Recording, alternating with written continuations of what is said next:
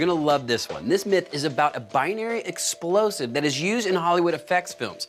A guy is transporting it in the trunk of his car. He gets rear-ended and the car explodes. Now here's the thing, under normal conditions, until you mix the two parts together, the explosive is completely stable. But once they're mixed, you can set it off by shooting it with a bullet. Okay, so the myth here is that the impact from a car crash has enough energy to actually set off this supposedly stable explosive. Exactly. Guns, car crashes, explosions. I mean, it doesn't get any better than this. Nope.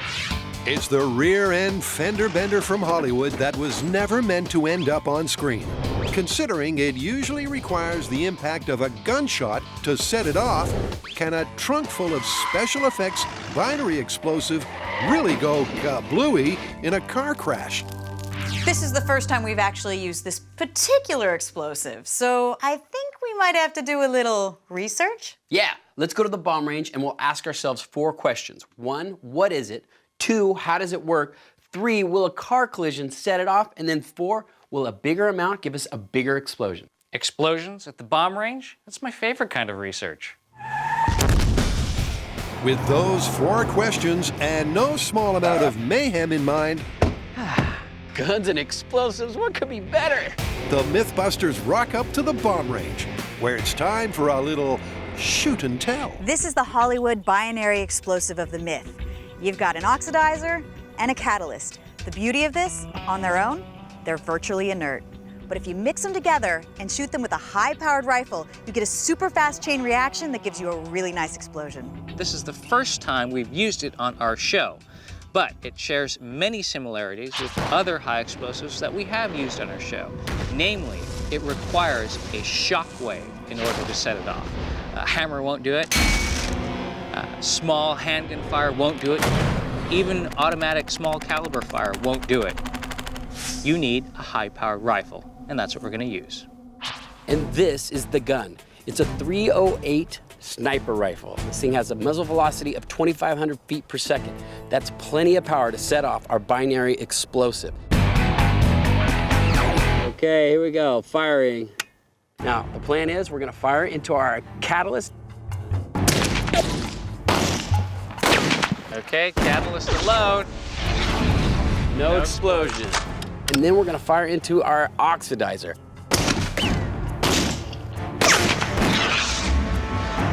No explosion. Time to mix them. Then we're gonna mix the 2 components together, fire into that, and see if it explodes. Now, if it explodes, that tells us a very important thing about this myth. The chemicals were mixed in the back of this guy's trunk, which means that guy was crazy. All right, this is the mixed binary explosive. You guys ready? Ready. Did you mix it good? Oh, I did. Wow! That was a good pop.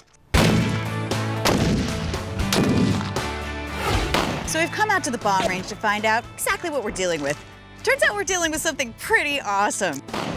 You mix it together, you add a little energy from a high-powered rifle, and you get a chemical reaction that results in a cloud of rapidly expanding gases, or as we like to call it, an explosion. Now the question is, what's next? Does more equal more? If we ramp up to a trunk full of this stuff, how much bigger will the explosion be? That's right, it's bigger boom time.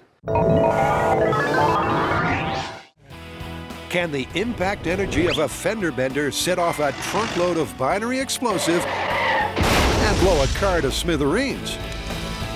Kari, Grant, and Tory are at the bomb range aiming to find out. Wow! That was a good pop.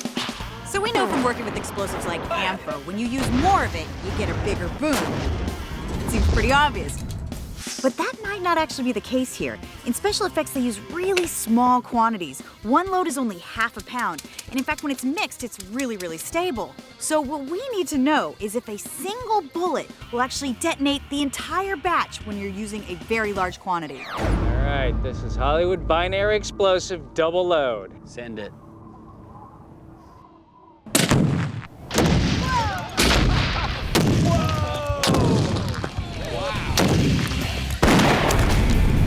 Now, as you can see from the destroyed box, doubling the material gave us at least double the explosion, if not more. But now what we want to see is if you had multiple cans mixed up, Would hitting one of them set off a chain reaction, or would the one that got hit by a bullet just explode? So we're gonna mix up 5 jars of this stuff, line them up, take a shot at one, and see if it sets off the rest. We've already established that the material had to have been transported pre-mixed. And if so, it was likely to be stored in multiple containers. So the question is, will a single impact set off a chain reaction? All right, here we go. Wow! There you go. That was awesome. You got a chain reaction. They all went off. Totally. I like combining guns and explosives. Yeah. All right. And when we first started this story, we had 4 questions. What is this explosive? How does it work? Does more equal a bigger boom? And can a car crash set it off? Well, we have answers to the first 3. We know what it is, we know how it works, and we know that one small canister will detonate a chain reaction in a much larger batch. Before we tackle the final question, there's something that's been kind of bothering us. The driver of the car claims that the impact blew his car up. Now, this is an explosive that they use in special effects, right? It could just be a puff of smoke for the camera. So I think we need to find out if it can do the material damage that the myth implies. Now for that, we've picked out a couple pretty random items to do some tests on. And first up, Kari has chosen melons, which shows the effect of the binary explosive is more than just special. Raining watermelon. That was great. Me? I'm gonna blow up my old TV. And that proves it's not just a flash in the film can. That was a beautiful thing. Finally, it's Tory's turn. I've always wanted to kill a zombie. Where did I get a zombie? Roll the tape. Yep, seizing the opportunity to satisfy his professional model-making urges Zombies are cool. and a childhood dream to shoot a realistic-looking zombie, Tory uses a spare lunch hour, or 3, Zombie intestines. and really goes to town, bringing his creation to life. He's alive. Or reanimated. Bring on the apocalypse. Killing the undead in 3, 2, 1.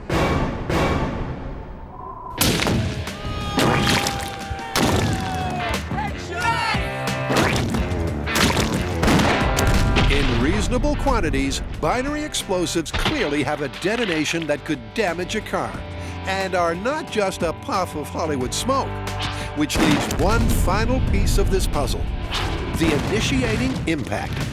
So the big question is, will a high energy impact other than a high velocity round be enough to set off our binary explosives?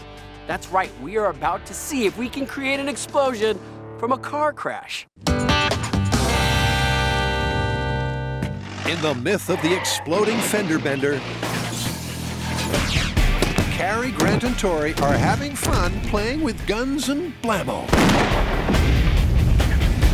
All right, so we know that our Hollywood binary explosive needs to be mixed to go off.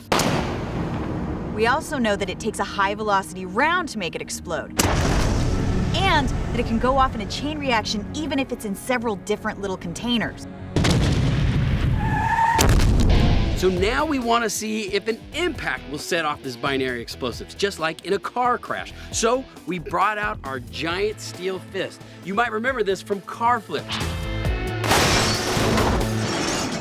This thing weighs 1,500 pounds. We're gonna take it up with the crane, drop it on one load of our binary explosive and see if that impact is enough to set it off.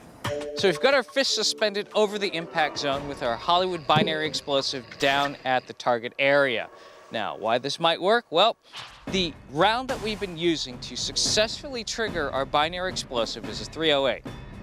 It has a kinetic energy of approximately 3,840 joules. Our fist, on the other hand, has a kinetic energy 27 times that, over 100,000 joules. That just might be enough energy to trigger the explosion. It's true that the manufacturers claim only a high-powered rifle will set it off. Ready? But put it this way, Steel fist onto one load of binary explosive. when we approached the relevant authorities, In 3, the only place they'd let us do this experiment 2, was at the bomb range. 1.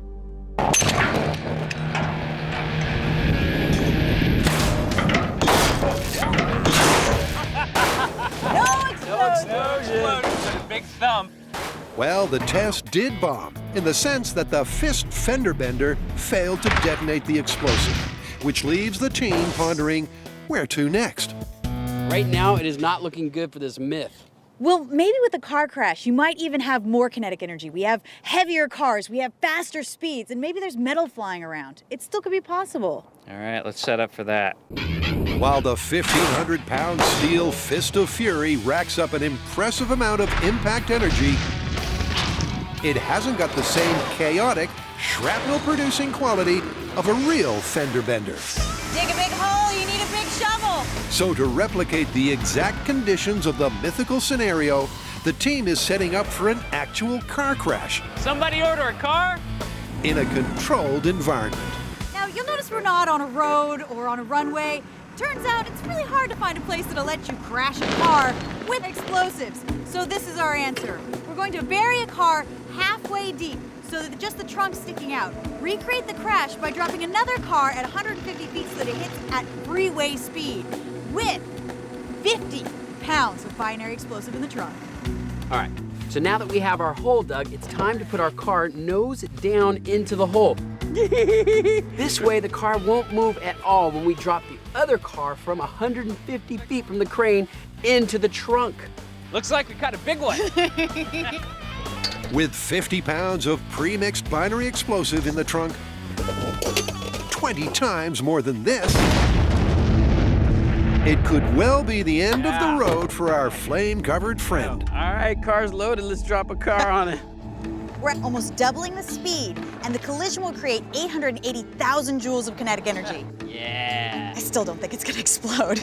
Well, there's only one way to find out. Dropping a car from 150 feet at 60 miles an hour and crashing it into another car that's standing on end, half buried in the ground, with a trunk full of explosives. Just another day at the office.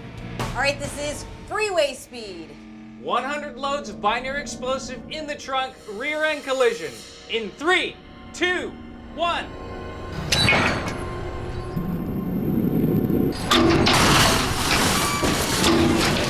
Correct hit. That was a great hit. No explosion. No explosion, and with the circumstances of the myth recreated exactly, albeit at 90 degrees, the damning conclusion is quick to follow. We wanted to create a crash at freeway speed. I think we did one better. Why? Because that car's buried into the ground. It had nowhere to go. That means it absorbed all the energy of the collision. Still, no explosion. This myth is busted. Under normal circumstances, the myth is busted. But can the impact from a fender bender ever initiate an explosion under any circumstances? To find out, this story is getting supersized. I think we need more speed. Some extreme speed. Well, we could make a rocket-powered car. I mean, that would give us a lot of speed. All right, road trip. I hope this works. Okay, so a 60-mile-an-hour crash is not gonna set it off, but we can't stop there. All right, how about this? How about instead of a regular fender bender, it was like a supercar crashing into the back of another car at, say, a couple 100 miles an hour? I love it, and I know exactly where we're gonna go to test this. Road trip? Yeah, but just in case, let's not put the explosive in the trunk. Good idea. When ramping it up is on the menu, there's one location that's guaranteed to find the dial marked awesome, turn it up to 11, rip it off, and run away laughing. Perfect day for science. So we are back at New Mexico Tech, one of the most incredible test facilities in the world. Why are we here? Because of their rocket sled. Last time we were here, we split a car in half. With this track, our rocket sled should be able to accelerate with 63,000 pounds of thrust over a quarter second, upwards of 300 miles an hour, to create what we hope is going to be the world's fastest car crash. And this is our target car. It's completely isolated as if it were stopped on the freeway with 200 loads of mixed binary explosive in the trunk. When that rocket sled car comes crashing into the back end, we will find out once and for all if a collision has enough energy to create a detonation and give us a massive explosion. But before the team launches a rocket-propelled fender bender, a control is required. Now you know it's going to be a good experiment when the control test is a massive explosion. Knowing just what kind of havoc the rocket sled can wreak, detecting whether the binary explosive has actually detonated amongst the carnage What an impossibly large amount of force. may be difficult. MythBusters version of cocktail? Shaken, not stirred. So to be sure, the team will set off the same amount of binary explosive, 200 loads, in the trunk of this car and establish a devastation benchmark. This is the biggest bomb range at New Mexico Tech. New Mexico Tech, where you can get a PhD and blowing up. In fact, it's also the most robust bunker. It is built to withstand 20,000 pounds of TNT. Our explosion's not quite that big, but it's within the spirit of the myth, a trunk full of binary explosive. Okay, so because this is potentially so dangerous, we need to be very far away and underground. Home sweet home. So we're gonna do it the old-fashioned way. Use a detonator. All right, this is binary car control filled with 200 loads of binary explosive. In 5, 4, 3, 2, 1. Oh! Wow, that was a massive explosion.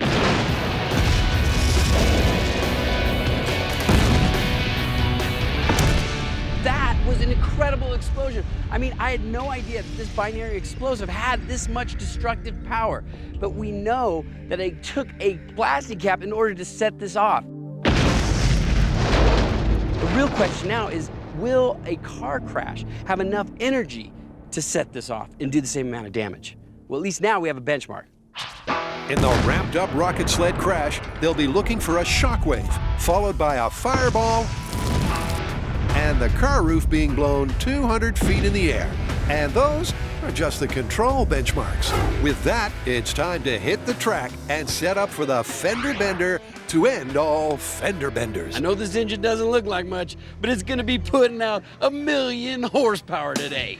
This is the first time New Mexico Tech has actually put a car on the rocket sled. There's a lot of jeopardy here. Aerodynamically, if that car starts to lift off the track, it's going to pull that rocket sled off of the track, trash the experiment and the track. Hence the concerted team effort preparing the impact vehicle. A truck with rockets as standard. Now, the best part about using a truck for this is we can actually use the chassis of the truck to build into the rocket sled, so that way it's one solid unit.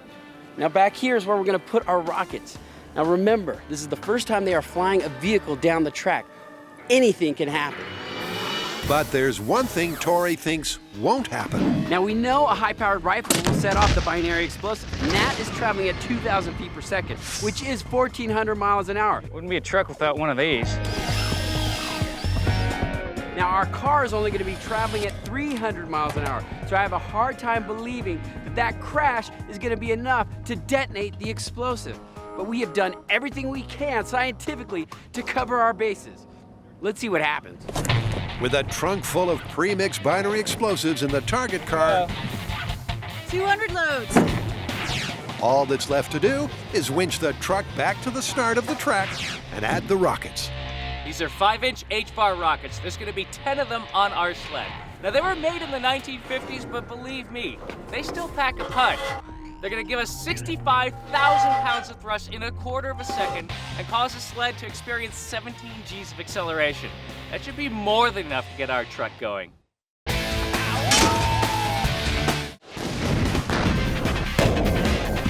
That's what the detonation of a trunk full of Hollywood binary explosive looks like. Love a good explosion in the morning. Question is, can the impact from a fender bender initiate that explosion? All right, ready for launch. If a rocket-propelled truck can't do it, no conceivable car crash ever could.